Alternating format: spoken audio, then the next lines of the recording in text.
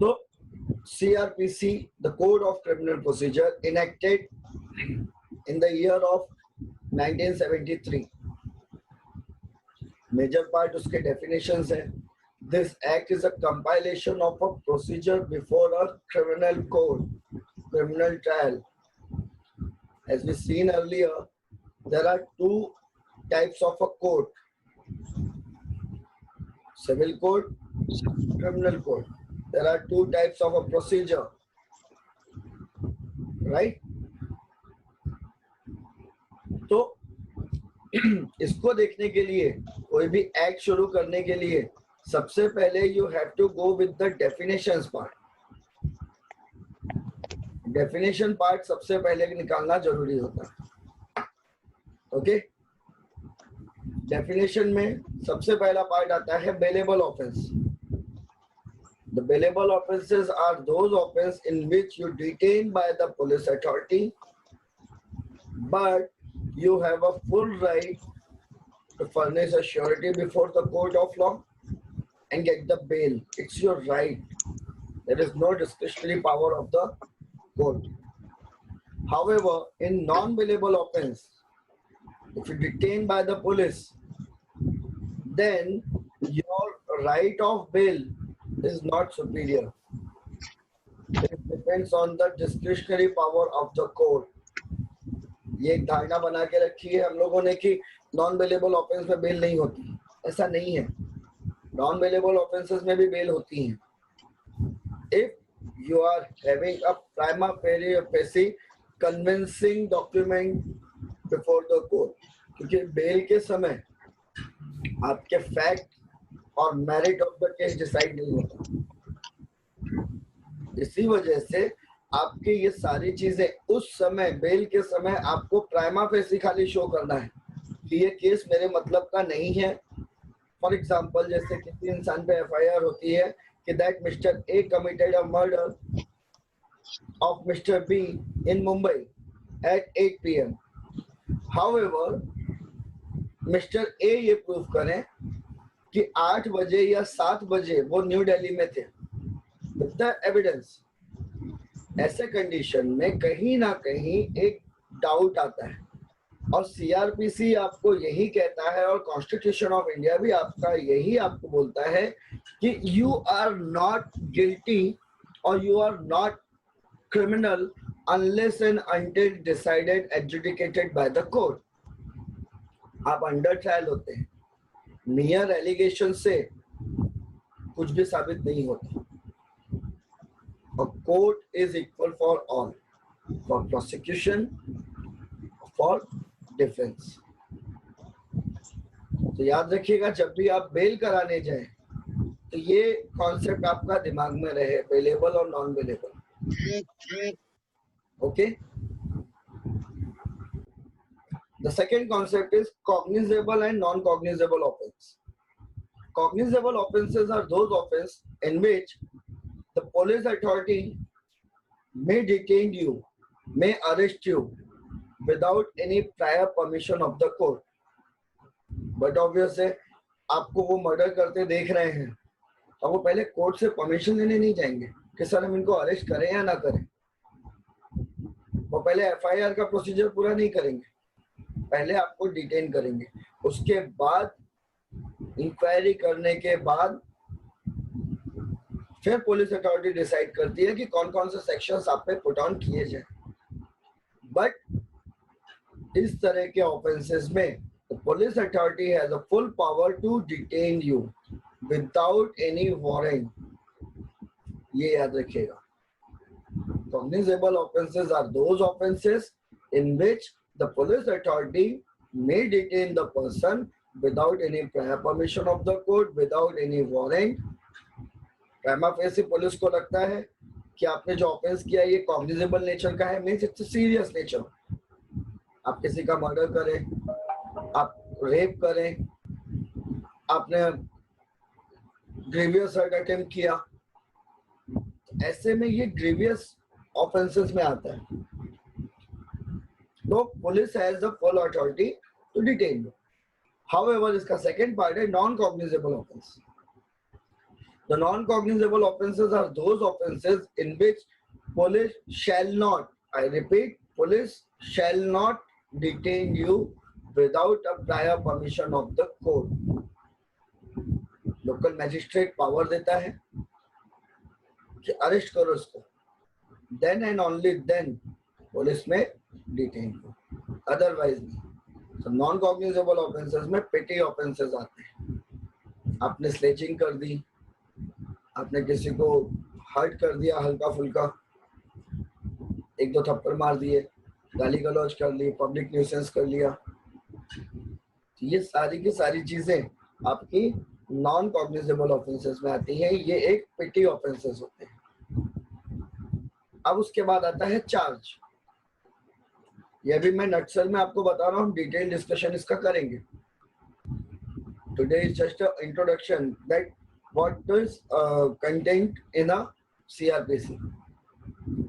Charge means suppose mister A ने, mister A के खिलाफ कंप्लेंट आई कि इन्होंने मिस्टर बी को मारा, सेक्शन 302 ऑफ आईपीसी लगेगा।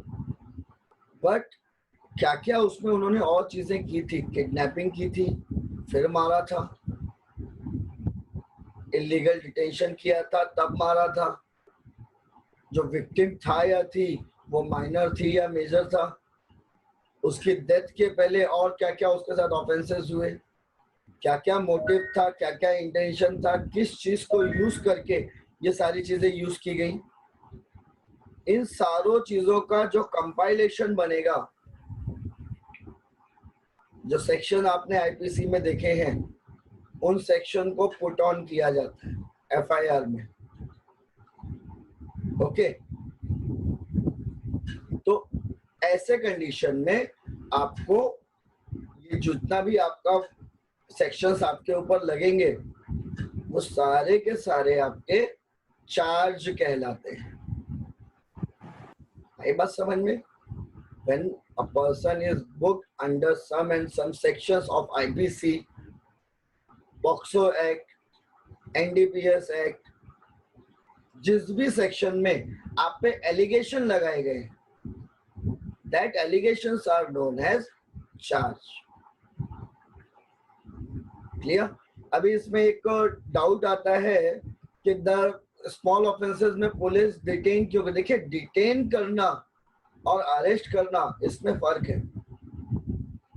पुलिस आपको डिटेन कर सकती है, भले ही स्मॉल ऑफेंसेस है, आप शोर मचा रहे हैं, लड़ाई झगड़ा कर रहे हैं, तो ऐसे में पुलिस आपको डिटेन करेगी, लाके अपने प्रेमाइसेस में बैठा लेगी, आपको खुला नहीं छोड़ देगी कि नहीं नहीं अभी तो ये नॉन कॉग्निजेबल है, जब कॉग्निजेबल होगा तब हम एक्शन लेंगे। ऐसा नहीं होता। डिटेन करने का पावर है but can not arrest you. Detainment और अरेस्ट में फर्क है।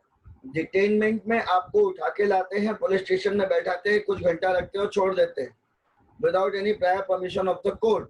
रीजन, अरेस्ट कोर्ट की परमिशन के बगैर हुआ है, तो डिटेन उसका रिलीज भी कोर्ट की परमिशन के बगैर होता है। It depends on the in charge of the police station. However, जब आप अरेस्ट होते हैं तो वो एंट्री करनी पड़ती है, एफआईआर होती है। तो कोई भी अगर प्राइमा फेसी उसको प्रॉब्लम लग रही है पुलिस ऑफिसर को, तो पुलिस में detain, but it doesn't mean कि police has arrested you. Okay, charge के बाद आता है complaint. Complaint means it's a written form or oral form of an allegation by victim, family of a victim, or any person who's seen the offense or who was somehow connected with that offense.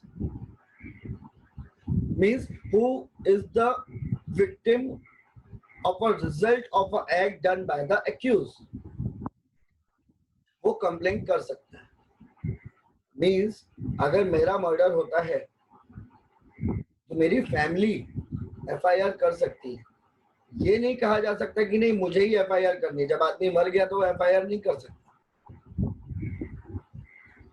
Okay, तो जो भी victim है, जो भी survivor है, जो भी सफर कर रहा है इस लॉस को, any one of them can file a written और oral complaint before the concern authority. Complaint के दो पार्ट हैं, आगे हम पढ़ेंगे धीरे धीरे। दैट एक कंप्लेंट जब आप पुलिस के पास जाते हैं, दूसरी कंप्लेंट अगर पुलिस अथॉरिटी ने कुछ नहीं किया तो executive magistrate, that is a DCP of area, वहां भी कुछ नहीं हुआ, then come before the judicial magistrate, जो आपका लोकल मैजिस्ट्रेट होगा अंडर सेक्शन 190 ऑफ सीआरपीसी। तो ये पार्ट है कंप्लेंट के। Okay,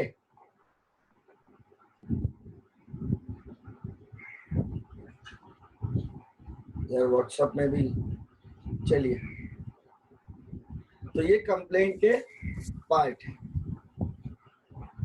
okay, 190 of CrPC. अभी जब धीरे धीरे डिटेल डिस्कशन करेंगे तो हमें पता चलेगा कि कहां पर कैसे किस प्रोसीजर से आपको करना है। बट अभी एक नटशेल में समझिए, complaint might be written, might be oral, दोनों चलती है। ओके, कंप्लेंट के लिए कोई रिटन फॉर्मेट होना जरूरी नहीं, वो रिटन फॉर्मेट वो पुलिस अथॉरिटी को करना है। अगर प्राइवेट क्रिमिनल में जा रहे हैं तो आपका एडवोकेट करेगा। ओरल सबमिशन आप देते हैं, इसीलिए जब एफआईआर होती है तो इन्फॉर्मेंट और कंप्लेनेंट में फर्क होता है। जो इन्फॉर्म कर रहा है वो इन्फॉर्मेंट, और आपके बिहाफ में incharge of the police station FIR बनाता है, वो चार्जेस पुट ऑन करता है। ओके, तो ये आपकी कंप्लेंट और बाकी चीजों पे डिपेंड होता है। अब उसके बाद आपका नेक्स्ट पार्ट आता है कंप्लेंट के बाद इंक्वायरी। इंक्वायरी, इन्वेस्टिगेशन और ट्रायल, ये तीनों चीज एक दूसरे से इंटरकनेक्टेड भी हैं और नहीं भी। इंक्वायरी वो होती है जब आप कंप्लेंट करते हैं मैजिस्ट्रेट के सामने, और मैजिस्ट्रेट बोलता है कंसर्न पुलिस ऑफिसर को कि इस केस में ये जो एलिगेशंस मेरे सामने पुट ऑन किए हैं कंप्लेनेंट ने, उस पे आप इंक्वायरी करिए। पुलिस उसमें इंक्वायरी करती है और डिटेल रिपोर्ट कोर्ट के सामने देती है। इन्वेस्टिगेशन, जिसमें पुलिस इन्वेस्टिगेट करती है आफ्टर द इंक्वायरी। ओके, फर्क है दोनों में। Investigation after filing of FIR और inquiry may be by the court officer, may be by any person जिसको कंसर्न मैजिस्ट्रेट ऑर्डर दे दे, और may be by the police department. However, investigation should be done by the police department or the concerned investigation agency. Trial, it's an adjudication before the court. आपकी FIR हुई, आपको detain किया, आपकी bell हुई, यहाँ तक ट्रायल नहीं आता। ट्रायल आता है when your charge sheet is filed before the court, the final investigation report filed by the court, उसके बाद ट्रायल चालू होता है, जिसमें पुलिस एज अ प्रोसिक्यूशन अपने जो एलिगेशन आपके एक्यूज के ऊपर लगाए हैं उनको डिटेल इन्वेस्टिगेशन के साथ ओरल एविडेंस, रिटन एविडेंस, जो भी डॉक्यूमेंट्री सपोर्ट है, जो भी इंस्ट्रूमेंट है, विटनेसेस हैं, पंचनामा है, पंच विटनेसेस हैं, इन्वेस्टिगेशन ऑफिसर के स्टेटमेंट है, examination in chief, cross examination, अगर जरूरत पड़ी तो री एग्जामिनेशन, देन आपका आता है फाइनल आर्ग्यूमेंट, और देन फिर ऑर्डर एंड जजमेंट। ये सारे का कंपाइलेशन कहलाता है आपका ट्रायल। फिर आता है ऑफेंस। आईपीसी में हमने देखा है, any act done by the person which is not permitted by court of law is known as offence. Very simple definition. कोई भी ऐसा काम आप करते हैं जो इंडियन पिनल कोड में प्रोहिबिटेड है या जिसके लिए पिनल सेक्शन अवेलेबल है, बट फिर भी आप ये करते हैं तो वो ऑफेंस कहलाता है। समन केस, वारंट केस और प्रोक्लेम ऑफिसर। समन केस वो केस होते हैं जिसमें आपका जो कन्विक्शन है वो 3 इयर्स तक होता है, अप टू 3 इयर्स तक, वो कहलाता है समन केस।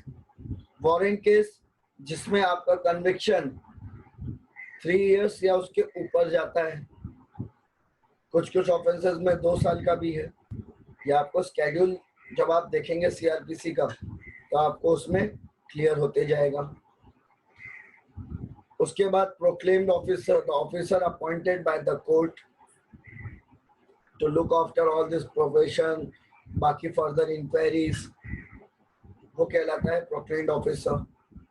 उसके बाद आता है constitution of a criminal code and offence offices. Criminal code शुरुआत आपका जेएमएफसी से होता है, judicial magistrate of first class. Judicial magistrate के पास प्राइमरी फेसी आपको प्रोड्यूस किया जाता है before detain, after the detention within 24 hours. If आपको आपके खिलाफ एफआईआर हुई है महाराष्ट्र में, आपको डिटेन किया गया दिल्ली में, ऐसे में आपको पहले जहां से अरेस्ट किया जा रहा है दिल्ली में उसके मैजिस्ट्रेट के पास लेके जाना जरूरी विद इन 24 आवर्स।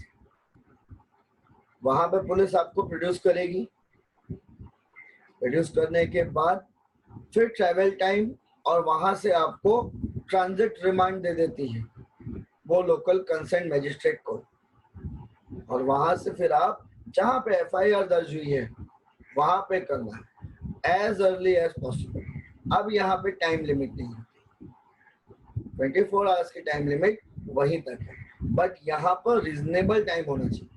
ये नहीं कि दिल्ली से मुंबई लाने में मैक्सिमम आप 2 दिन मान सकते हैं, उससे ज्यादा नहीं।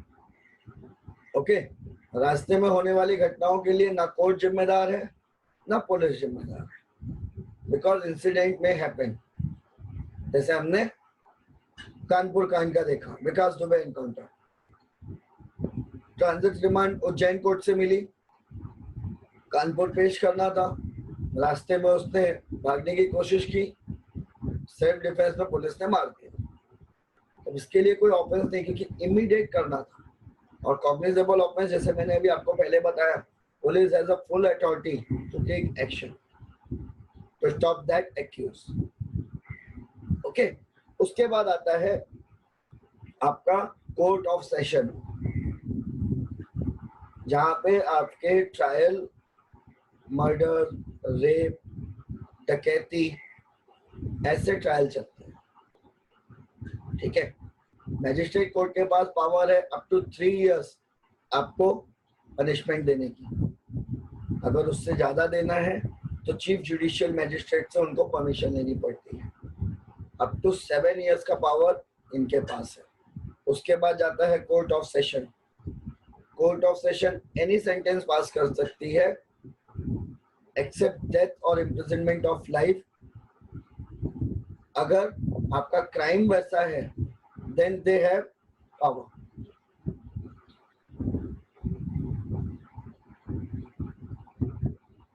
ठीक है, ये, और उसके बाद आता है high court. Original jurisdiction high court को भी है फॉर बेल, ट्रायल के लिए नहीं। ट्रायल के लिए या तो आपको मैजिस्ट्रेट के पास जाना है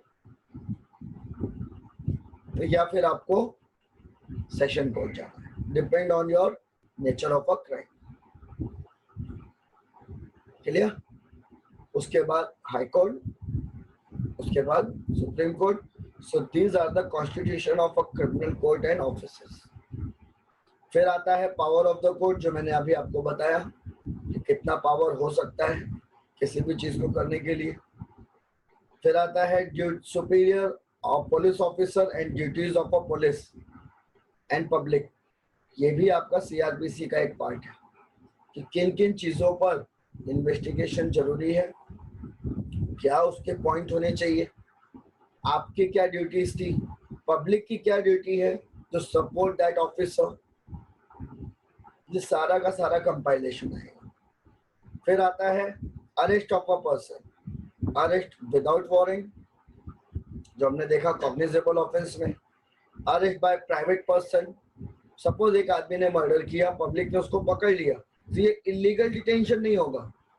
जब तक पुलिस नहीं आती, पब्लिक ने उसको पकड़ के रखा, it is not treated as illegal detention, ये अरेस्ट बाय पब्लिक होता है। सपोज पुलिस ऑफिसर अकेला है, एक्यूज दो या दो से ज्यादा है, तो वो किसी प्राइवेट पर्सन को बोलता है प्लीज हेल्प मी।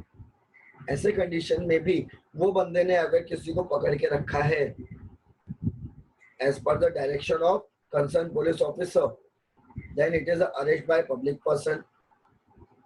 उसके बाद आता है arrest how made, power to seize, means arrest करने के भी एक आपको फॉर्मेट, अरेस्ट करो, दो विटनेस के सामने अरेस्ट होना जरूरी है, या दो विटनेस को पता चले कि हमने इसको अरेस्ट किया है।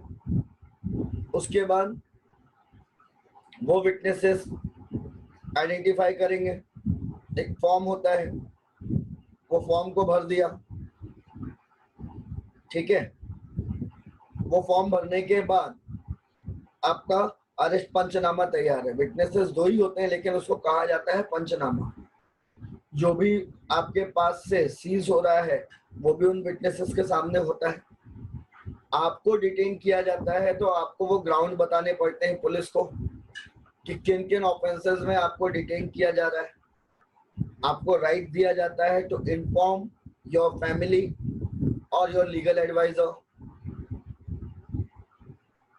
आपके ऊपर कोई भी थर्ड डिग्री फिजिकल टॉर्चर ना हो, आपका मेडिकल कराया जाए एज अर्ली एज पॉसिबल।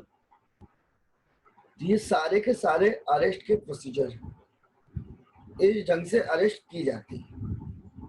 उसके बाद आता है समन, प्रोसेस ऑफ समन। जब आप कोर्ट के सामने जाते हैं, बेल आपको मिल गई, अब आपको थोड़ी पता है कि कब चार्जशीट फाइल होगी, तो जब चार्जशीट पुलिस फाइल करती है तो पुलिस आपको फिर से समन देती है कि कम बिफोर द कोर्ट। एक बार समन निकला, आप नहीं पहुंचे, फिर नॉन अवेलेबल वारंट निकलेगा, आप नहीं पहुंचे, देन वारंट निकलेगा, वारंट ऑफ अरेस्ट, फिर भी आप नहीं पहुंचे तो प्रोक्लेमेशन होगा। प्रोक्लेमेशन मीन्स कि आपके जो घर का पार्ट है वो कस्पिशियस प्लेस पे जो सबको दिखाई दे, वहां पे एक नोटिस चिपका दी जाएगी। तब भी आप नहीं मिले तो आपकी प्रॉपर्टी को अटैच कर लिया जाएगा। ये प्रोसीजर्स है, ठीक है। डिटेल इसका डिस्कशन हम करेंगे। फिर आता है समन टू प्रोड्यूस डॉक्यूमेंट और थिंग। कुछ एविडेंसेस आपके पास है, कोर्ट के सामने आ रहा है कि ये एविडेंसेस तो इन्वेस्टिगेशन में सामने नहीं आए। डिफेंस बोल रहा है कि सर ये एविडेंसेस सो एंड सो बंदे के पास है, तो पुलिस अथॉरिटी अगर उसको लैक कर जाती है तो कोर्ट के पास पावर है उस पर्सन को समन इशू करे to produce that document, thing, whatever the material related to the offense. Police authority, जो investigation officer, जिसको short form में IO बोलते हैं, he is also having the same power. Okay, search warrant होता है। आपने नॉर्मल मूवीज में देखा है, पुलिस आई, घुस गई और घर का सामान यामा कर दिया, ऐसा रियल में नहीं होता। Before entering in your house for searching of anything, it is a duty of a police and it is your right to demand a search warrant. Without any search warrant, no one has the authority to search your house for investigation.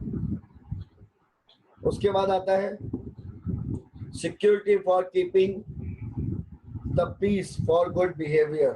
General language में इसको आप chapter case कहते हैं।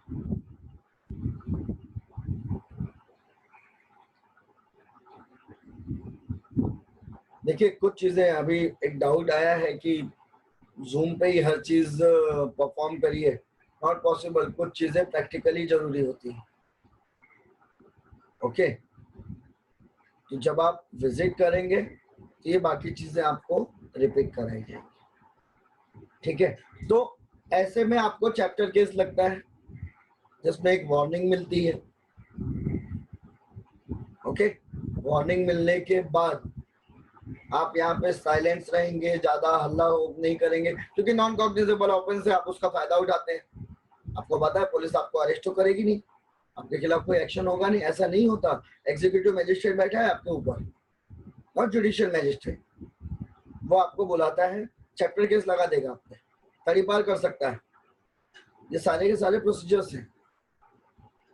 Okay, हाँ, उस power को review करने का पावर जुडिशियल मजिस्ट्रेट के पास है। ठीक है, उसके बाद आता है maintenance of wife and children. इसमें और एडिशन करिए, maintenance of wife, children and the dependent one. Even parents can ask a maintenance from their son, wife. अब ये मेंटेनेंस ऑफ वाइफ, जब हमारे पास protection of women from domestic violence act नहीं था, तो women maintenance under section 125 of CrPC मांगती थी। अब वहां पे आ गया है, तो यहाँ पे नहीं, क्योंकि डबल जीओ पार्टी चलती है। उसके बाद maintenance of public order and tranquility, urgent cases of nuisance, dispute related to immovable property. कई बार ये होता है कि एक प्रॉपर्टी को लेके दो लोगों में डिस्प्यूट हो जाता है और बात मारपीट तक पहुंच जाती है। ऐसे में उस प्रॉपर्टी को सीज कर दिया जाता है। ये एग्जीक्यूटिव मजिस्ट्रेट के पास पावर होती है, मीन्स डीसीपी, डीएसपी, इनके पास पावर होती है। ठीक है, preventive action by the police, आपने अभी लॉकडाउन में देखा है, प्रिवेंटिव एक्शन है।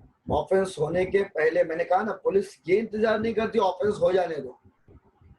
अगर उनको लगता है, प्रिमा फेसी दिख रहा है कि ऑफेंस होने के चांसेस हैं, तो पुलिस प्रिवेंटिव एक्शन लेती है। सेक्शन 144 ऑफ सीआरपीसी, जहां पर आपका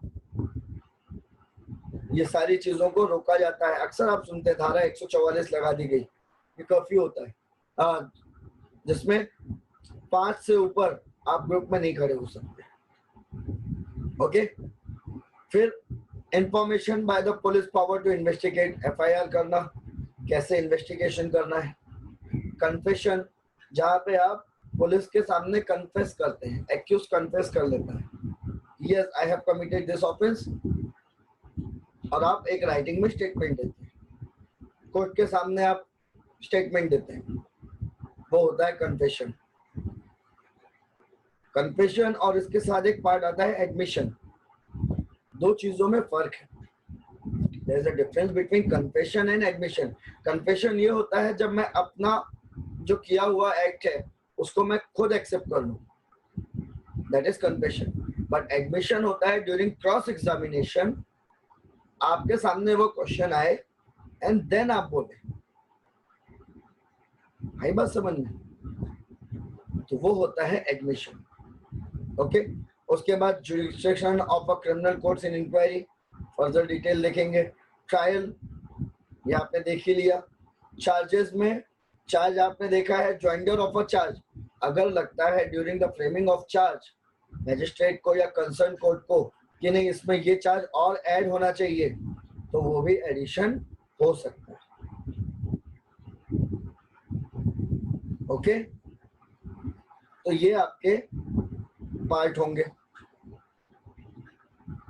ठीक है, अब उसके बाद आपके ट्रायल्स आते हैं। Session trial, trial before the session court, warrant case trial, जिसमें मैंने आपको बताया कि 2 साल या उसके ऊपर की आपको कन्विक्शन है, तो वो warrant case. Summon case, petty cases, और समरी ट्रायल। समरी ट्रायल होता है जहां पर पेटी इश्यूज हैं, वन साइडेड ये डिसाइड हो सकता है। देखिए, पुलिस को कन्फेस किया आपने कोई भी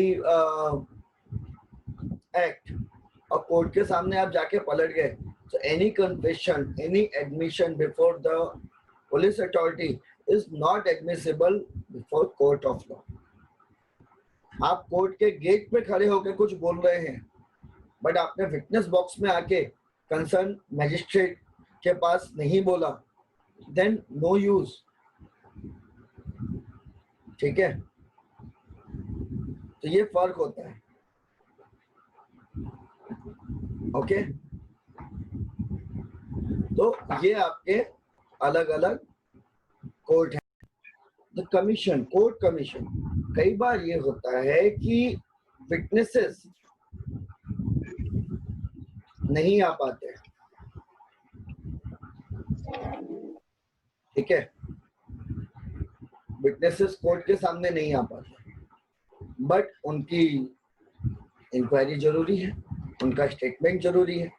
ऐसे में कोर्ट अपॉइंट करता है कंसर्न ऑफिसर, वो स्पॉट पे जाता है, उस विटनेस के घर जाता है और उसका स्टेटमेंट लेके आता है, वो कहलाता है कमीशन, ठीक है। कोर्ट इंक्वायरी करता है, कोर्ट खुद चल के नहीं जाएगा ना, तो वो एक कमिटी बनाता है कंटेनिंग ऑफ 1 और 2, जैसे आपने लेबर लॉ में देखा, यही सेम चीज यहाँ पर होती है, ठीक है। उसके बाद आता है अपील। जब आप लोअर कोर्ट के ऑर्डर से सेटिस्फाइड नहीं होते तो आप ऊपर उस ऑर्डर को चैलेंज करते हैं, that is appeal. Reference, reference भी ऐसे ही, ठीक है। रेफरेंस में जब आप लोअर कोर्ट के सामने कोई मैटर ऐसा आया जिसमें उसको समझ में नहीं आ रहा है, कुछ क्वेश्चन ऑफ लॉ खड़ा है, ऐसे में ये मैटर को वो रेफर कर देगा और वहां से एक राइटिंग फॉर्म में अपर कोर्ट से एक उसको रेफरेंस मिलेगा टू कंडक्ट अ ट्रायल। उसके बाद आता है रिवीजन। रिवीजन में आपने जो ऑर्डर किया, जो सेंटेंस पास हुआ, उसको हायर अथॉरिटी रिवाइज करती है। ट्रांसफर ऑफ क्रिमिनल केस, इसमें अगर डिस्ट्रिक्ट के अंदर है तो हाई कोर्ट ट्रांसफर करता है, हाँ डिस्ट्रिक्ट कोर्ट ट्रांसफर करता है। दो डिस्ट्रिक्ट के बीच का केस है तो हाई कोर्ट ट्रांसफर करेगा, दो स्टेट के बीच का केस है तो सुप्रीम कोर्ट ट्रांसफर करेगा। इससे कई बार फेयर ट्रायल नहीं हो पाता, ठीक है, तो उसको देखने के लिए ये आप ट्रांसफर कर देते हैं। जो मोस्ट फेमस केस चल रहा है, कल ही सुप्रीम कोर्ट ने उसमें भी सीबीआई इंक्वायरी का ऑर्डर दिया है। तो जब विक्टिम सेटिस्फाइड ना हो, कई बार कुछ पावरफुल लोग होते हैं वहां पर लोकल जुरिडिक्शन में, जहाँ पे इंक्वायरी या इन्वेस्टिगेशन लगता है कि फेयर नहीं हो सकती, ऐसे में केस ट्रांसफर होता है। गुजरात दंगों का केस भी गुजरात में न चल के मुंबई में चला, क्योंकि सो कॉल पॉलिटिशियंस के नाम थे। ऐसे में ट्रांसफर होने का पावर है, 0 एफआईआर का प्रोविजन। ओके, उसके बाद आता है डेथ सेंटेंस। आपने देखा है डेथ सेंटेंस आपको कुछ ही ऑफेंसेस में है, डकैती विद मर्डर में है, waging war against the state में है, मर्डर जो रेयरेस्ट ऑफ रेयर केस होता है उसमें है, इम्प्रिजनमेंट आपको 1 दिन से लेकर इम्प्रिजनमेंट ऑफ लाइफ तक लग सकती है, फाइन इम्पोज होता है, पेटी क्राइम्स है उसमें फाइन लगता है आपको। फिर बेल एंड बॉन्ड है, कैसे बेल लेनी है वो देखना है, समझे। तो ये सारे के सारे आपको प्रोसीजर होते हैं जिसमें आपका सीआरपीसी पूरा कवर करता है। ओके, ये आपका टोटल एक सिलेबस होगा जिसको आप इस पूरे पर्टिकुलर सेशन में देखेंगे। ओके, और इसमें हम धीरे धीरे धीरे धीरे सारे के सारे सेक्शंस को देखते जाएंगे। अब इसमें एक मेन पार्ट आपका रह जाता है, that is period to limitation of taking an offence. अभी कुछ महीने पहले आपने देखा मी टू मूवमेंट चालू हुआ, बट हर एक ऑफेंस के लिए एक लिमिटेड पीरियड्स रहता है। आज आपके साथ कुछ हुआ, आप 20 साल बाद एफआईआर करने आएंगे तो it is not possible. Complaint करना इजी है, बट पुलिस को इन्वेस्टिगेशन करने के लिए वो मटेरियल तो अवेलेबल नहीं। एफआईआर कर देने से प्रॉब्लम सॉल्व नहीं होती। द एम ऑफ प्रोसिक्यूशन होता है to end of a justice, bring the guilt of a accused to the home. तो डिले होगा तो उतना ही आपका केस धीरा पड़ता है। इसके लिए एक प्रॉपर लिमिटेशन दी है कि कितने ऑफेंसेस को कितने दिन तक किया जा सकता है, डिपेंड ऑन योर कन्विक्शन जो आपको सेंटेंस पास होते हैं। 6 महीने का अगर आपको सेंटेंस है उस केस में, तो आपको एफआईआर भी 6 महीने के अंदर ही करनी है। 2 साल का कन्विक्शन है, अगर वो ऑफेंस होता है तो उसकी कंप्लेंट भी विद इन 2 इयर्स तक करनी है। 3 साल या उसके ऊपर के लिए कोई लिमिटेशन नहीं, बिकॉज चांसेस होते हैं कि सर मैं डरा हुआ था या मुझे ये प्रेशर था, तो उसमें चल जाता है। बट देन टू एक रीजनेबल कॉज होना चाहिए, ठीक है, और उसके बाद trial before the high court. So ये आपका समरी है total. This is the syllabus and total content of CRPC from section 1 to section 460।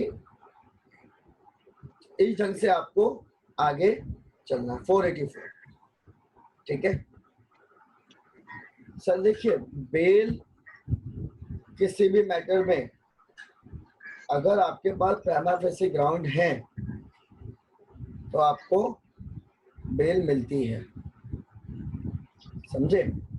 अगर आपके पास प्राइमा फेसी ग्राउंड हो तो आपको बेल मिल जाएगी।